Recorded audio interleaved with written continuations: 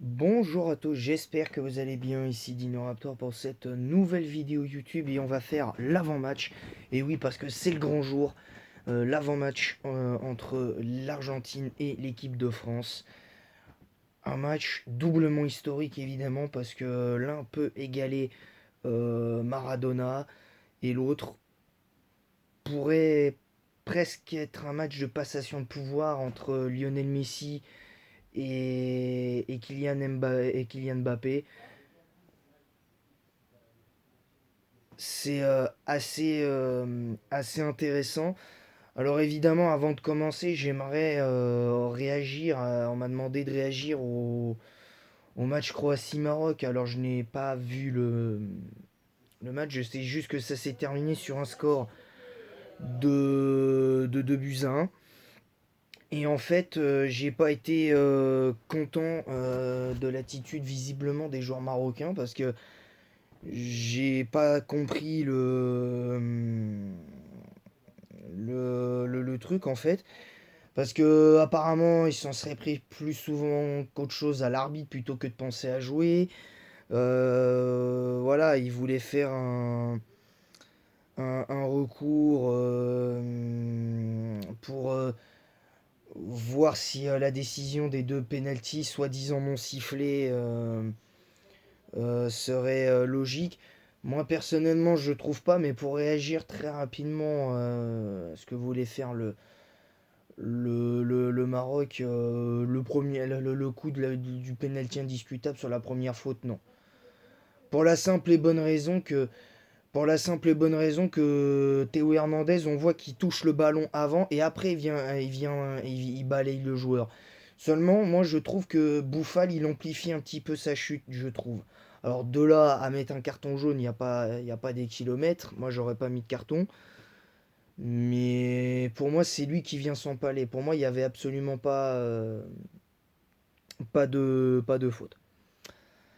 Voilà. Ensuite, concernant la deuxième situation, oui, là par contre, oui, pour moi, il y a penalty parce qu'il y a saturage de Chouamini. Mais bon, ça c'est autre chose. Mais bon, on s'en sort, c'est ce qui est logique. Mais bon, je dois avouer que ces derniers temps, on avait eu beaucoup de décisions en notre défaveur avec l'équipe de France. Et bah, ça a été un enfer, hein, ça a été un enfer, hein. Je trouve qu'en Ligue des Nations, on a eu des moments où on aurait dû bénéficier de penalty, ou, ou d'autres, hein, même des quelques coups francs, tu vois, mais on aurait dû avoir quelques fautes et finalement on les a pas eu en Ligue des Nations, hein. À part le match contre l'Autriche où l'arbitrage avait été plutôt bon, sinon le reste c'était un peu limite. Le reste était un peu, un peu limite. Alors, pour moi, aujourd'hui, je pense que les Marocains, malgré tout, vous pouvez être fiers de votre parcours. Et je le serai aussi. Je suis fier que vous ayez accompli ça. Mais par contre, dans l'attitude, va falloir vous remettre en question. Parce que on avait reproché à l'équipe de France, souvenez-vous, à l'Euro, c'est lié à l'avant-match Argentine-France, on avait reproché à l'équipe de France au dernier Euro en 2021 d'avoir eu un excès de confiance parce qu'on avait la meilleure attaque du monde, ce qui n'était pas totalement faux. On avait quand même la meilleure attaque du monde sur le papier. On avait Benzema, on avait Mbappé, on avait Griezmann, on avait quand même eu Olivier Giroud. On avait quand même des joueurs qui étaient quand même assez forts à ce moment-là, mais on avait des joueurs qui de base sont très forts, mais qui n'étaient pas dans la forme de leur vie, à part peut-être Benzema et Mbappé. Donc pour le coup, ça a un peu joué aussi, hein, je vais pas vous mentir, ça avait un petit peu joué, mais bon, moi je l'ai déjà, je le dis, je le redis aujourd'hui, pour moi, ce fiasco à l'Euro, je le considérerais toujours comme un fiasco. En revanche, j'en veux pas à Didier Deschamps à ce niveau-là, parce depuis, il a su remobiliser son équipe. Il a trouvé à nouveau cette formule qui marche et ça se ressent dans cette Coupe du Monde. Alors évidemment, les gens seront peut-être pas forcément seront pas forcément d'accord. Alors, c'est sûr que j'adore Léo Messi, ça a toujours été un de mes trois idoles du football au monde, avec à l'époque Thierry Henry et puis Cristiano Ronaldo. Moi, mes trois idoles de base, c'est Cristiano Ronaldo, Messi et Thierry Henry. Ça a toujours été ces trois joueurs-là. En revanche, je sais que par contre, pour l'histoire, ce serait bien que Léo Messi gagne cette Coupe du Monde. Mais là, aujourd'hui, c'est l'équipe de France. C'est pas une question de Léo Messi. C'est que moi, je veux que cette équipe de France gagne cette Coupe du Monde pour tout un tas de raisons. Déjà parce que ce serait historique dans un premier temps de gagner deux Coupes du Monde de suite comme l'a fait le Brésil entre 58 et 62, je crois. Et puis surtout parce que je trouve que contrairement à ce que les gens peuvent penser, je trouve que l'Argentine n'est pas tant montée en puissance que ça. Parce que à part le match abouti contre les, euh, contre les Croates, à part le match contre les Croates, ils n'ont pas eu un match abouti de A à Z, hein, les Argentins, parce que contre l'Australie, en huitième de finale, ils sont quand même sérieusement. Ils se font quand même bouger assez facilement. Contre les Pays-Bas, ils mènent 2-0. Ils sont bien, mais pour le coup, c'est très compliqué. Et c'est un match très compliqué face aux Pays-Bas. Face à la Croatie, ils gagnent 3-0, mais pour moi, ils ont pas été bougés spécialement. Et très franchement, pour moi, c'était plus limite un match d'entraînement qu'autre chose, même si d'un certain côté, c'est le match le plus abouti qu'ils aient fait pour moi de cette Coupe du Monde, pour les Argentins. Mais pour moi, je maintiens que depuis le début de cette Coupe du Monde, pour moi, la meilleure équipe de ce mondial, et c'est pas une question d'être chauvin parce que t'es français, que t'es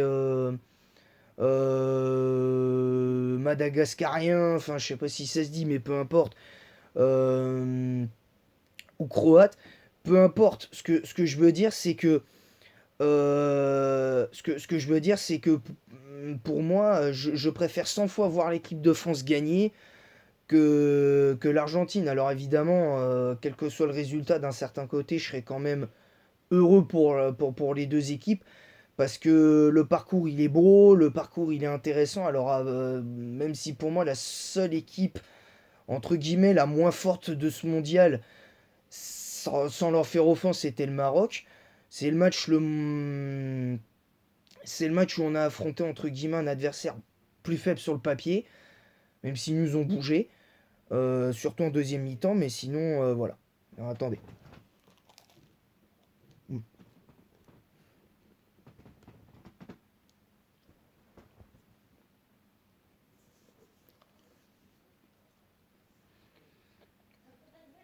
Ce que je veux dire, c'est qu'aujourd'hui, on a un niveau qui est important.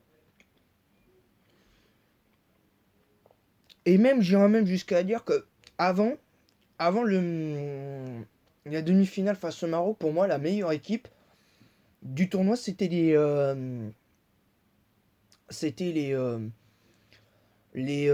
Croates. Pour moi, c'était les Croates. Mais il y avait aussi le Portugal que j'avais trouvé vachement intéressant.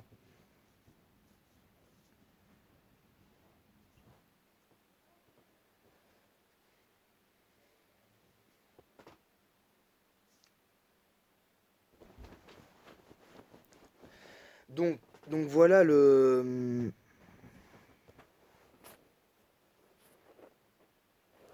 c'est comme ça pour moi. Alors, pour cette finale, très rapidement, pour moi, c'est du 51 à 52-48 pour l'équipe de France parce qu'il faut quand même pas enterrer cette équipe de, de, d'Argentine.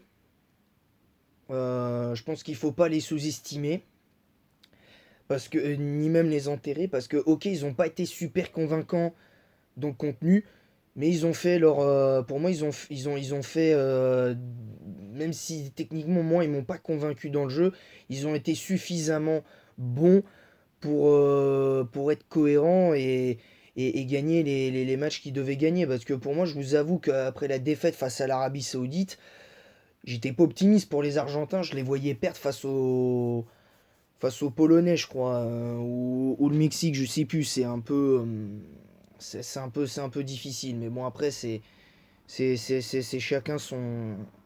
chacun se fera son avis là-dessus. Moi, personnellement, je pense que cette équipe de France, enfin cette équipe d'Argentine, elle a bien évidemment des arguments, mais l'équipe de France a pour moi un meilleur vécu et un meilleur parcours dans cette Coupe du Monde que n'importe quelle autre équipe. Et là, pour le coup, je maintiens ce que je dis. Quel que soit le vainqueur, pour moi, l'équipe de France restera la meilleure équipe de cette Coupe du Monde. Parce que avec tous les blessés qu'il y a eu en début de compétition juste avant le premier match, Benzema, pendant le premier match face à l'Australie, Lucas Hernandez, après on a eu le forfait acté de Benzema, on a eu Nkunku, on a eu des blessés à foison. Et puis on s'en est sorti 4-1 face à l'Australie, on a gagné 2-1 face au Danemark. Bon, on a perdu piteusement face aux Tunisiens, mais bon, voilà, après moi je veux pas chercher d'excuses, je veux pas dire que l'excuse un peu facile de dire oui, il y avait les remplaçants, parce que pour moi, malgré tout, c'est pas une excuse de perdre comme ça, mais bon, chacun son avis. Après, voilà, après, c'est un truc qui joue, hein, 9 changements dans un match, ça joue. Il y a pas de souci. Pratique. Il y a absolument pas de souci à ce niveau-là. En revanche, pour conclure, je dirais tout simplement que ce match, il va être historique dans tous les cas et qu'on verra ce qui se passera. Bon, après, il y a eu le 3-1 face à la Pologne, il y a eu le 2-1 face à l'Angleterre. Mais voilà. Sur ce, je vous laisse. J'espère que cette vidéo vous aura plu. Je vous retrouverai donc peut-être pas cet après-midi finalement après le match.